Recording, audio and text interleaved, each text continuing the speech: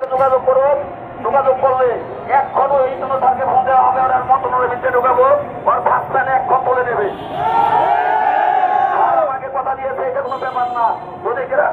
যদি গ্রাম পুলিশ ইউনোকে বান্দরবন পাঠাবে, বান্দরবন এই ইউনো অন্যায়ভাবে কোন চেয়ারম্যানের কথা শুনে, কোন চেয়ারম্যান মেম্বারের কথা শুনে কোন গ্রাম পুলিশের উপর অন্যায়ভাবে কোন আদেশ জারি করে, সেই ইউনোকে মন্ত্রণালয় থেকে স্যার সরাসরি ফোন দিয়ে তাকে ট্রান্সফার করবে। আশা করি আমার কথাগুলো বুঝতে পেরেছেন। আর যে বিষয়গুলো অর্থের সাথে জড়িত, অর্থ যেমন পোশাকের রং পরিবর্তন, অর্থ নাইলে টাকা নাইলে তো হবে না, হবে সেইটা টাকা যখন বরাদ্দ হয় তখন এখানে অনেক কথা বলেছে আমরা পোশাক কেনা খারাপ পাই। স্যারকে আমি বলেছি, কৃষ্ণ বলেছে স্যার এটা আমার স্যার দেখেন, স্যারকে আমার সাথে দেখেন। স্যার বলেছে যে লালমি এটা তোমাদের দোষ, এই দোষ তোমাদের, তোমরা যারা টেন্ডার প্রতিনিধি এখানে দাও তারা যদি এখান থেকে টাকা খায়, আমরা তোমাদের ভালো মানের জুতা ভালো মানের পোশাক দেওয়ার জন্য টাকা দেই, তারা সেখান থেকে টাকা খেয়ে নেয়, এই পোশাকগুলো তোমাদের ভালো দেয় না, এটা তোমাদের ব্যর্থতা। স্যারকে আমি বলেছি স্যার পূর্বের কোনো কমিটি থাকবে না, স্যার বলেছে পূর্বের কোনো কমিটি থাকবে না, দুই একদিনের মধ্যে তোমার কমিটি জমা দাও, তোমার কমিটি এখন সচিবালয় ঢুকবে, তোমার কমিটির মাধ্যমে খুশি তো কোনো কমিটি নয়, সচিবালয় থেকে তার একটি শেষ, আপনাদের কমিটি থাকবে এখন আপনাদের।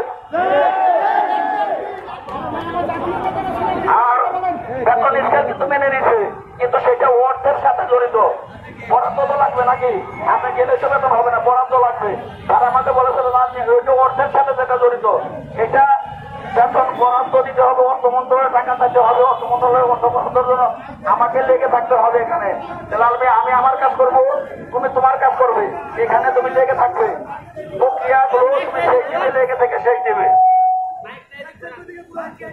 আমাকে লেগে থাকতে হবে এখানে।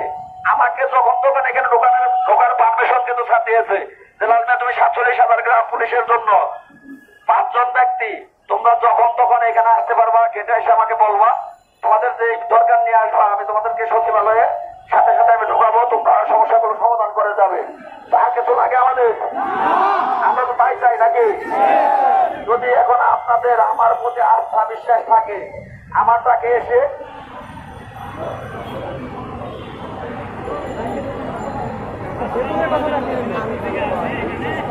আচ্ছা বেতনের কি লালমি আবার বেতনের কোথায় জানতে চাই? বেতনের বিষয়টা আসলে ক্লিয়ার বুঝতে পারি না, ক্লিয়ার করে বলেন বেতনের কথা ক্লিয়ার বুঝতে পারি না। আমাদের বেতন ক্লিয়ার এগুলো বুঝতে হবে, যদি না বুঝেন তো তাকে বেতন ভাতা 2009 এর আলোকে 2009 এর আলোকে বেতন ভাতা নির্ধারণ করতে হবে, তাকে তো এই চাকরি